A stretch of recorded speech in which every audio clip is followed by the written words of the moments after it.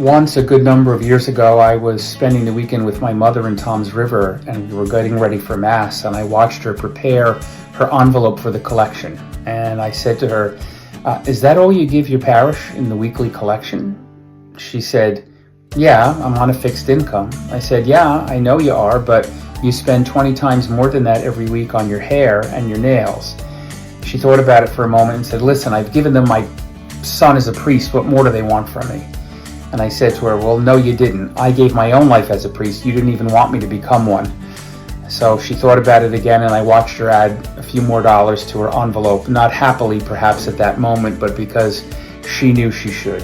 I've been pastor here of St. Paul Parish for over 7 years now. And other than the yearly financial report, I've really spoken very little about money and parish needs, but the time has come for me to share a few thoughts and a request. Here at St. Paul Parish, I believe we live parish life at a very high level. The number of ministries, the creativity and the hard work of our staff, the spirit of faith has helped us to create a parish that's alive and vibrant, as this parish always has been, where people feel welcome. The liturgy is beautiful. The opportunities to grow in faith and service are numerous. If you don't believe me, look at the bulletin some weekend and see all that's happening. We try to respond to the needs of our community through the years, even in recent times, in powerful ways, through our expanded food pantry, for example, ministries to children and middle school youth, our Spanish-speaking community, senior parishioners, and many others.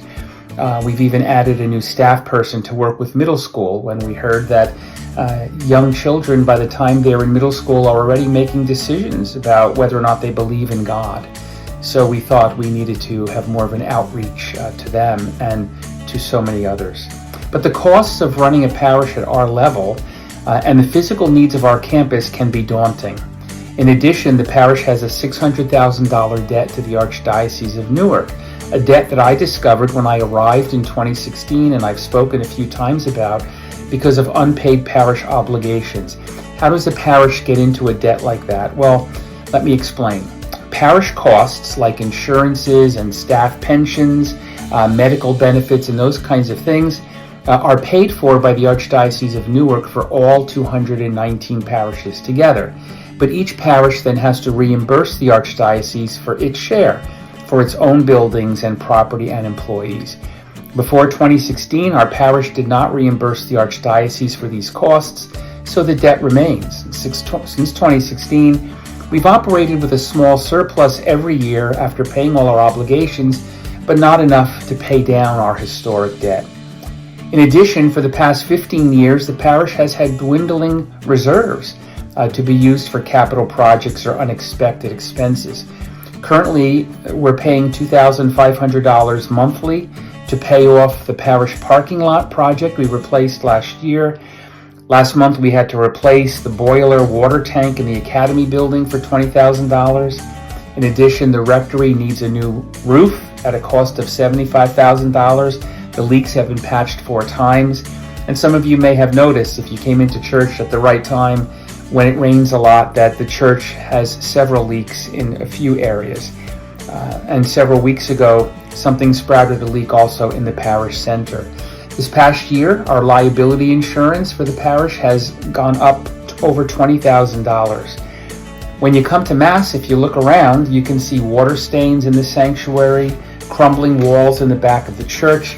Mary's Cottage, which is a great place for spiritual and pastoral meetings for the parish, many ministries meet there, also has needs. And if we want to keep it usable, we have to attend to them.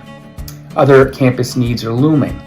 After discussions with the parish finance committee, I decided to send out this appeal to our parish family. We have 3,400 registered families, but only about 1,100 of those families ever contribute to the parish financially, and some of those families only do so sporadically. To those of you in our parish family who do not support your parish regularly, either through parish giving, envelopes, or participation in the weekly collections, but you still want St. Paul Parish to be here for your family baptisms, for weddings, for funerals, for Christmas and Easter, with lights and air conditioning and heating in a church that's beautiful and clean, I ask you to search your conscience and reflect on your support for St. Paul Church. If you're not supporting your parish through weekly contributions, I'm asking you to rethink that decision and perhaps to make a commitment to at least $10 weekly, preferably through electronic giving by signing up for parish giving. If every family who doesn't support the parish regularly gave $10 weekly, we'd be in good shape. Of course, if you can give more, it'd be much appreciated. For those families who do contribute regularly to your parish, we're most grateful for your generosity and faith. And of course, if you too can increase your weekly giving, that'd be a great benefit to the parish. Catholics over the years seem to have developed this idea that Jesus never spoke about money, and most priests are uncomfortable to speak about it, me included. But the truth is that Christ often spoke about money and possessions, and about sharing what we have with others. Even our own St. Paul in the New Testament took up the first major collection to help the church in need. I've become concerned about our parish's financial stability and our lack of parish reserves. Because I want our parish to continue to thrive, I'm asking that we all reflect on our stewardship as we think about all that God has given to each of us and what we're willing to give back. We've arranged to have some members of our parish finance committee assist those who would like to set up electronic giving but are unsure how to do it. Please call the parish office for assistance. This past week was National Estate Planning Awareness Week, a perfect time to consider what's important to you now and what legacy you would like to leave behind. Remembering your parish in your estate planning assures that this faith community with Christ at the center will be here for many years for your family and others in the future.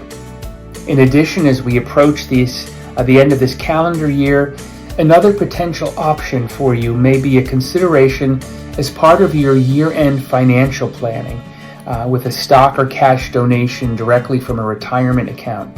As a registered 501c3 organization, all donations to St. Paul Church are tax deductible to the extent allowed by law and are necessary as a necessary part of many families' annual tax management strategies.